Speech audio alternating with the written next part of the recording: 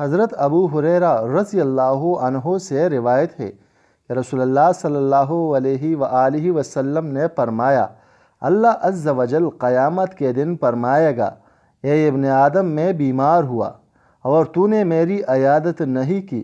وہ کہے گا، اے پروردگار، میں تیری عیادت کیسے کرتا، حالانکہ تو رب العالمین ہے۔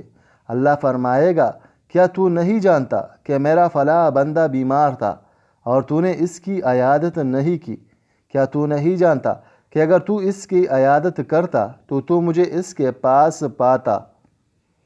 عبداللہ بن عمر رضی اللہ عنہ کہتے ہیں کہ میں نے رسول اللہ صلی اللہ علیہ وآلہ وسلم کو فرماتے ہوئے سنا، اللہ تبارک و تعالیٰ نے اپنی مخلوق کو تاریکی میں پیدا کیا، پھر ان پر اپنا نور ڈالا، یعنی اپنے نور کا پرتو، تو جس پر یہ نور پڑ گیا وہ ہدایت یاب ہو گیا، اور جس پر نور نہ پڑا، تجاوز کر گیا، تو وہ گمراہ ہو گیا۔ اسی لیے میں کہتا ہوں کہ اللہ کے علم پر تقدیر کا قلم بھی خشک ہو چکا ہے۔